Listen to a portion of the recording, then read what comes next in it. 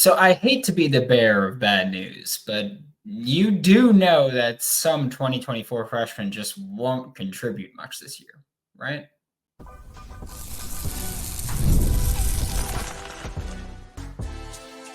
You are Locked On Gators, your daily podcast on the Florida Gators. Part of the Locked On Podcast Network, your team every day. Hello and welcome back to, that's right, another episode of Locked On Gators, part of the Locked On Podcast Network, your team every day. Thanks for making Locked On Gators your first listen of the day. Every day we are available daily and free wherever you listen to podcasts and on YouTube. Happy Thursday. I am Brandon Olsen. Find me on Twitter at WNS_Brandon. Today's episode of Locked On Gators is brought to you by FanDuel. Make every moment more. Right now, new customers get $150 in bonus bets guaranteed. That's $150 whether you win or lose. Visit FanDuel.com/LockedOn to get started. And I just wanted to have this conversation because, especially after the spring game, I feel like so much of the discussion around the Florida Gators has been which freshman will contribute a ton, who's going to play a lot, who's going to start. And there are some names that I just don't know how much they'll play as true freshmen this year. And that's fine, too. Like, just because I'm saying I don't think they'll play does not mean that I think they're bad. Like, the first player to talk about is Amir Jackson. I will be completely honest with that one. It's a hard sell for me to be convinced that Amir Jackson is going to play much in 2024. And I know that he's someone that everybody's excited for because when you look at his high school tape, so much of it is him with these huge explosive plays. And for a Florida Gators fan, like it takes us back to the Kyle Pitts days with Dan Mullen when Kyle Pitts was basically playing receiver, but he was in line every now and then. He had his blocking assignments, whatever it was. He did his job, right? But what Amir Jackson did in high school is even further of a glorified wide receiver role. It's also important to note that Kyle Pitts played quarterback at the beginning of high school and then moved. He was an option quarterback. And Amir Jackson straight up has played receiver. Like he's catching screen passes. He's running end arounds. He's doing things that on film in high school look fun, and it's getting your best playmaker the ball. But in college, tight ends aren't used like that, at least in Billy Napier's offense, right? If Dan Mullen were still the coach, sure, we can have a conversation about can Amir Jackson legitimately contribute as a true freshman in 2024. But Dan Mullen is not the coach anymore, thankfully. And Billy Napier is the coach, regardless of how you feel about Napier. Amir Jackson is simply put too far away from being ready to play right now. And I do think that one thing that's consistently overlooked when talking about Amir Jackson is that he's going to be a mid-year enrollee. He's not on campus yet, which means that he hasn't had any time with a strength and conditioning program at the college level. So you expect a kid who basically was playing wide receiver in high school to not only learn the playbook at tight end, or if he's used how a lot of Gators fans want him to be used, he'd have to learn the playbook at tight end and receiver. And again, I believe he has the playbook now, because once you sign, you can get it, but you expect him to learn the playbook and execute it timing-wise and know how to do that, while also gaining enough weight to actually be able to play tight end. Because Arlis Boardingham is another receiver turned tight end that when he was a freshman in 2022, everyone swore up and down he was going to be an immediate contributor because of his pass catching ability. That's not how things work. It's not. And you can't just be a pass catcher, especially in this offense. You have to be able to hold your weight as a blocker. And Amir Jackson can hold his weight, sure.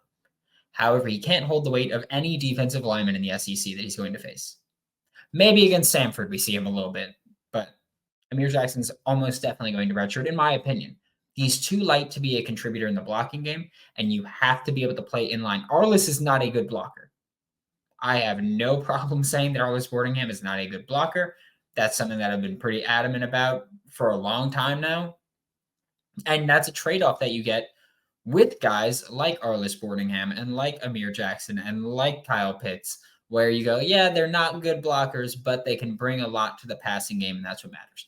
Sure, not as a true freshman. Tight end is one of the slowest developing positions in football, if not the slowest developing position in football. Look at tight ends in the NFL. It is very rare for a tight end to get drafted and make an impact in the first year or even two at the NFL level. Going from high school wide receiver to SEC tight end, there's going to be a pretty steep learning curve there for Amir Jackson. I do think that he can be really good when he actually puts it together. But right now, we're talking about a kid, and I feel bad. Like, I want to make this clear. I'm not saying he's bad. I do think he'll end up being good. What I am saying is that people are putting unrealistic expectations on these kids that are probably not going to be reached. It's just so highly improbable. And I know what's going to happen is that Florida Gators fans are going to go, oh, Amir Jackson's going to be so good right away. He's such a good receiver. And then he's not going to do anything. And then Florida Gators fans are going to go, oh my God, Amir Jackson sucks. He couldn't get on the field, all that nonsense. And I want to set the expectations and temper those expectations now, because he is almost definitely going to redshirt and not make a contribution this year. Wouldn't shock me if he doesn't play a single snap. He's wildly undersized weight-wise to play tight end at the SEC level. And you don't want to put him on the field at that position right now, because he's not going to play well, and all you're going to do is make him look worse. Again, screens, end arounds. That's what he did in high school. That's what his role was in high school. That's not even accounting for the fact that at tight end, you have Hayden Hansen as your inline guy, and I believe Tony Livingston will end up being his direct backup. And then as the more pass-catching type, you have Arlis Boardingham and Keon Zipper, which I know that Keon Zipper is not amazing, but he's shown enough where I say he deserves that opportunity, at least assuming he's fully cleared. But Tony Livingston can play both of the backup roles as well. So you'll see a lot of combinations. 5 tight ends rotating in just seems really unlikely to me. I just don't think that that's something that you would see even with this offense. I mean, last year, we really saw 2 tight ends play. The huge majority was Hayden Hansen and Arlis Boardingham for the overwhelming majority of the snaps at tight end last year. I just can't see a way in which someone like Amir Jackson can be a mid-year enrollee, gain enough weight to be a respectable size at tight end, learn the playbook to play the role that he would need to play as a tight end / hybrid receiver, and be able to earn playing time in that limited amount of time he has before the season starts, or even throughout the end of the season. That's a hard sell for me. We are actually going to be on offense for the entirety of this show. I'm just now realizing that. But first, we are going to get a quick word from a couple of sponsors before we move on. I don't know about you guys. I'm competitive. I am very competitive. I'm the type of person where in an argument, I need to have the last word. I'm the type of person where if we're playing beer pong, I need to win. And I will win. That's what I do. If we're playing basketball, I want to shoot the last shot. It's just who I am. I'm competitive. I want to win everything. Okay. And the competitive side of me is a big fan of Monopoly Go. I'm sure you've heard of it. I've talked about it a ton at this point. It's been downloaded over 150 million times. It's a great twist on Monopoly where you play on not one, but hundreds of Monopoly boards in crazy locations, building up amazing cities that bring you big money. But the best part is messing with my friends, because I get to charge them rent on iconic properties, just like classic Monopoly. But now I can also heist their vaults of riches for myself. Yes, I get to do that. It's not just the competitive side that loves it. You get to cooperate with your friends sometimes too. I prefer to just beat them. That's the way I like to do things. So get in the game and join your friends. Download Monopoly Go now free on the App Store or Google Play. Game Time is now an authorized ticket marketplace of Major League Baseball, which makes getting tickets even faster and easier. Prices on the Game Time app actually go down the closer that you get to first pitch. And if you're looking for last minute games, saying if you want to see how the weather's doing, if you want to see who the starting pitchers are, like for example, yesterday the Mets were supposed to play the San Francisco Giants, or the Mets did play the San Francisco Giants. 2 hours before the game, Blake Snell, who was supposed to start for the San Francisco Giants, was a Cy Young. 2 hours before the game, he's ruled out, put on 15-day IL. If you wanted to watch him, you can quickly go up on Game Time, or you can put him up on Game Time. If you wanted to not watch him, you can go get tickets if whoever replaces people. You like that little spot start? Go for it. Take the guesswork out of Game Time, out of buying tickets with Game Time. Download the Game Time app, create an account, and use code LOCKEDONCollege for $20 off your first purchase. Terms to apply. Again, create an account, redeem code LOCKEDONCollege for $20 off. Download the Game Time app today. Last minute tickets, lowest price, guaranteed. Thanks for making Locked On Gators your first listen of the day every day. We are available daily and free wherever you listen to podcasts and on YouTube. And the next player that I am going to talk about is Fletcher Westfall. Not a knock on him again at all. Like I want to make it abundantly clear. I am not saying any of these kids are bad. Okay. I don't expect you to be up to par with SEC starting caliber talent. And really that's what we're looking for, right? I don't expect you to do that as a true freshman. I will say that for Fletcher Westfall, let's hit this one first that we talk about all the time when we have Brian Smith on the show. We do not want to see a true freshman offensive lineman playing in the SEC. It is a rarity. Even the best of the best struggle. I mean, look at Caden Proctor at Alabama, then Iowa, then Alabama. Just had to throw that one out there. But look at Caden Proctor last year. Was a true freshman starter on Alabama. He was not good. Their line in general wasn't good last year. And Caden Proctor contributed to that. It's not like he was standing out as this shining example of an offensive tackle on a bad line. No, he was part of the problem last year. As a true freshman, that was pretty much unanimously the top offensive lineman in the entire 2023 cycle. Caden Proctor struggled there. And again, not a knock on him. It's what should be expected if you are a true freshman offensive lineman playing in the SEC. Or even if you're not looking in the SEC, you can look at who Florida plays in week 1 of Francis Mauigoa.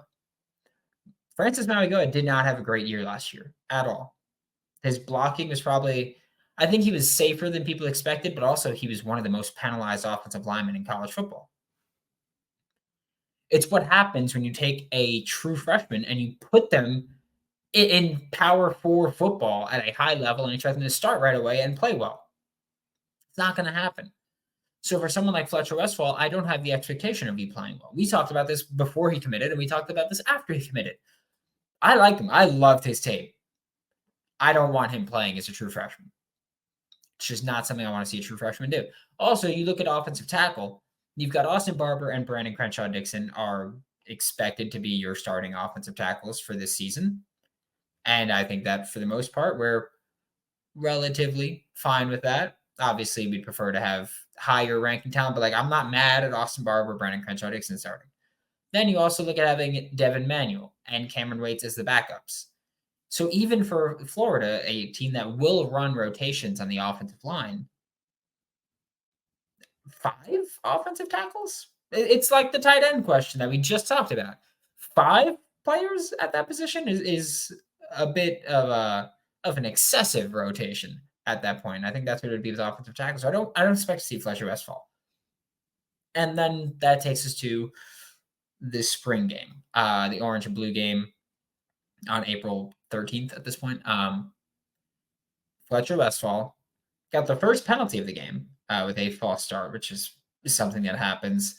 And also, it was a minimal false start. It's not like he got the snap count wrong and jumped into his whole set. He just twitched a little bit, and it was enough to get the whistle. So it wasn't like an egregious thing. And it was something that in game might not even get the call.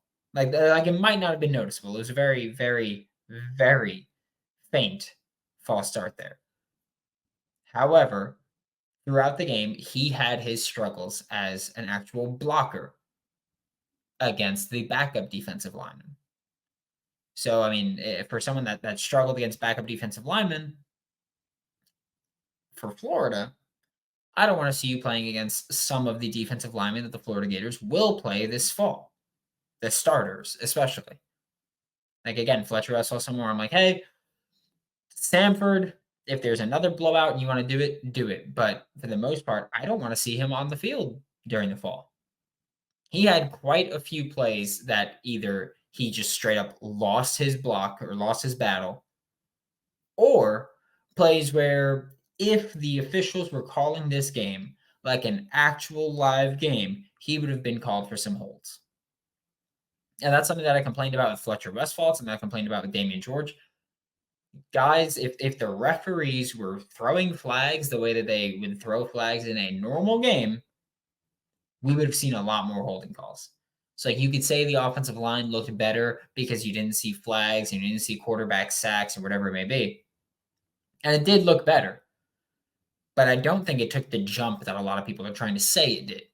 Just based off not a lot of flags, based off not a lot of sacks, based off the running game having a few big explosive plays. It's still an offensive line that's struggling, trying to figure things out. Fletcher Westfall is part of that offensive line that's struggling and trying to figure things out. And he is someone that will benefit from sitting on the bench this year. Again, maybe playing if there's a blowout or against like Samford in week 2. But for the most part, Fletcher Westfall should not be on the field. He has a lot of room to grow, and he needs the strength and conditioning program as well.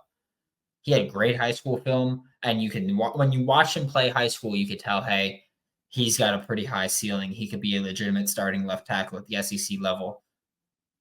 But you can't rush kids, and this isn't Madden. Like I know so many people want to take the Madden approach of like, well, you just play someone young and they get the experience and then you get to upgrade them quicker. That's not how things work in the real world. You play someone before they're ready to play and they get dog walked and then their confidence gets shot and then a lot of guys never get it back. Or you play guys before they're ready to play and then they feel really confident about that and they're like, I don't have to work that hard. I'm a starter now, whatever it may be. And then they don't develop. Not saying either of those are Fletcher Westfall. I'm just saying you can't just throw guys with trial by fire with everyone. Every player is different. If you have supreme confidence and you know that's not going to get rocked, then sure, play them when you know they're going to get dog walked, knowing that they'll bounce back. Like Jakeem Jackson, I think, is that kind of player. But not everybody is that kind of player. So you can't just trial by fire Madden this stuff and throw people in there. It's not how the real world works. It's just not. We are going to stick on the offensive line, and it's going to be one that is new to the class. But first, a quick word from FanDuel. It's playoff time in the NBA and NHL. Baseball is in full swing with another profitable Dinger Tuesday. Thank you, Shohei. Thank you, Gunnar Henderson. And FanDuel is your place to bet on every game. Right now, new customers get $150 in bonus bets guaranteed, whether you win or lose. So you can bet on everything from slap shots to home runs to threes made, assists, all on an app that's safe, secure, and easy to use. So what are you waiting for? Visit FanDuel.com/lockedon and make your first bet an automatic win. FanDuel is America's #1 sportsbook. Thanks for making Locked On Gators your first listen of the day every day. We are indeed available daily and free wherever you listen to podcasts and on YouTube. And the last player that we're talking about today is also the last player to join the 2024 recruiting class in Enoch Wango.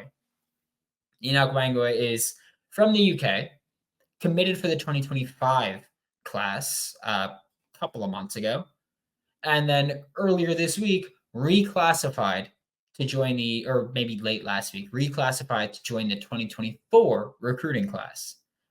I don't know why they did it, especially considering scholarship-wise. They were at 85, and then they brought in Enoch Wango, and now they're at 86. I'm assuming there's a couple of guys who are going to graduate and then hit the transfer portal afterwards. be my expectation. But for now, Florida's got to figure some things out. But Enoch Wango, someone that I really just can't see playing this year. And I'll be completely honest with you. The reason I even thought of doing this show is because I was in a Twitter space the other day, and someone said Enoch Wango is going to play this year. He's going to be a contributor. He's going to run. And that's one of the most absurd things I've ever heard. Because when we're talking about Enoch Wango, he's someone that when he first committed was a complete unknown, right? Like nobody knew who he was. A lot of people never even heard his name before he committed. They're just like, a British kid committed. That's their European kid that they're bringing in this cycle. But then you look at his measurables. He's got elite height, elite length, as in his wingspan is ridiculous. He came to the U.S. to play basketball, and then he picked up football while he was here. So he's an elite height and length freak. His weight is 0th percentile. Again, that's for the NFL Combine, because we don't have percentiles for high school to college. But at the NFL Combine, 0 percentile weight. And he has reportedly gained weight since then. However, the 0th percentile weight is not a good weight to be at any point. He was really light. He was 285 when he committed to Florida, is what he was listed as. 285 pounds. 0th percentile for an offensive tackle there. He desperately needs the college strength and conditioning program to get up to snuff to play. And again, his ceiling through the freaking roof. We see a lot of guys play or come over from overseas and come to the college game and come to high school and the pro game, and they become superstar players with that development because you got great athletes, great length, great height, great weight, everything. They're just athletes, and then you teach them how to play football. And things work like that for guys that have the work ethic and guys that are willing to put in that work. And I mean, Enoch Wango moved from the UK to the US to play basketball, and is now learning how to play football there. So I'm not super concerned about whether or not he's willing to put in the work. It's about the actual development that he's going to get. So he really needs that strength and conditioning program. But it's also just so imperative to remember that he came here to play basketball, and then he picked up football a year ago. He does not know how to play football. Like, he just doesn't. His ceiling's through the roof. He's got great size and athleticism, sure.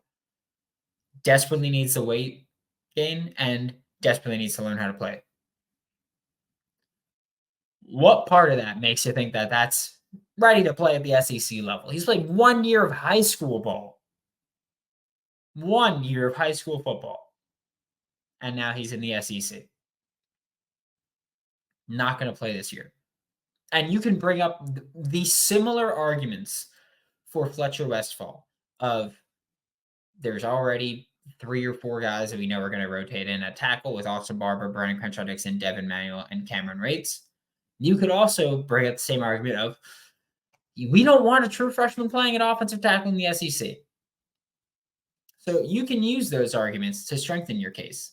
Or I think it's so imperative that Enoch Wango gains weight and learns how to play offensive tackle or learns how to play football that you can take those arguments of true freshmen shouldn't play, there's already bodies there. You could take those, crumple them up, and chuck them out the freaking window. And the point still remains that he shouldn't touch the football field this year. Just flat out. I am very excited to see what he can become. This is one of those project players where you're probably going to have to wait a couple of years and you're probably going to forget they're on the roster. You're probably only going to recognize them when you look at the 2024 recruiting class. In 2026, when you look at the 2024 recruiting class and you go, oh, who was in that class? And you're going to see Enoch Wango down at the bottom and you're going to go, oh, forgot about him. What's up with him? Then you check and he'll probably be about 6'7", 6'8", 325, 330. And you go, oh, okay, maybe we'll see him this spring or this fall. Maybe. But it's going to take a while. But his ceiling is very high. He has all the athletic traits that you're looking for in a tackle. It's just about actually teaching him how to play tackle. And so, Enoch Wango is not someone that should play.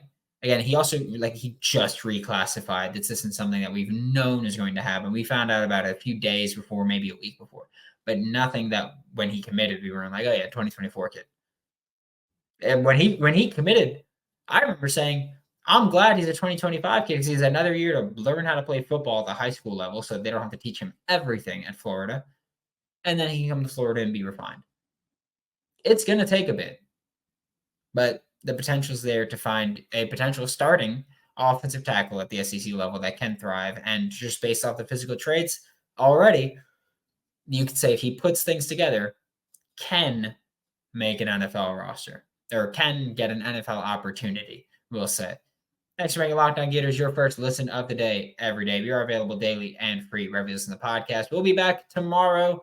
We are talking more recruiting for the Florida Gators 2025 class. For Locked On Gators, I'm Brandon Olsen. Don't forget to follow me on Twitter at WNS_Brandon. Find all my written work with Giants Country and NFL 33, and I'll see you all next time.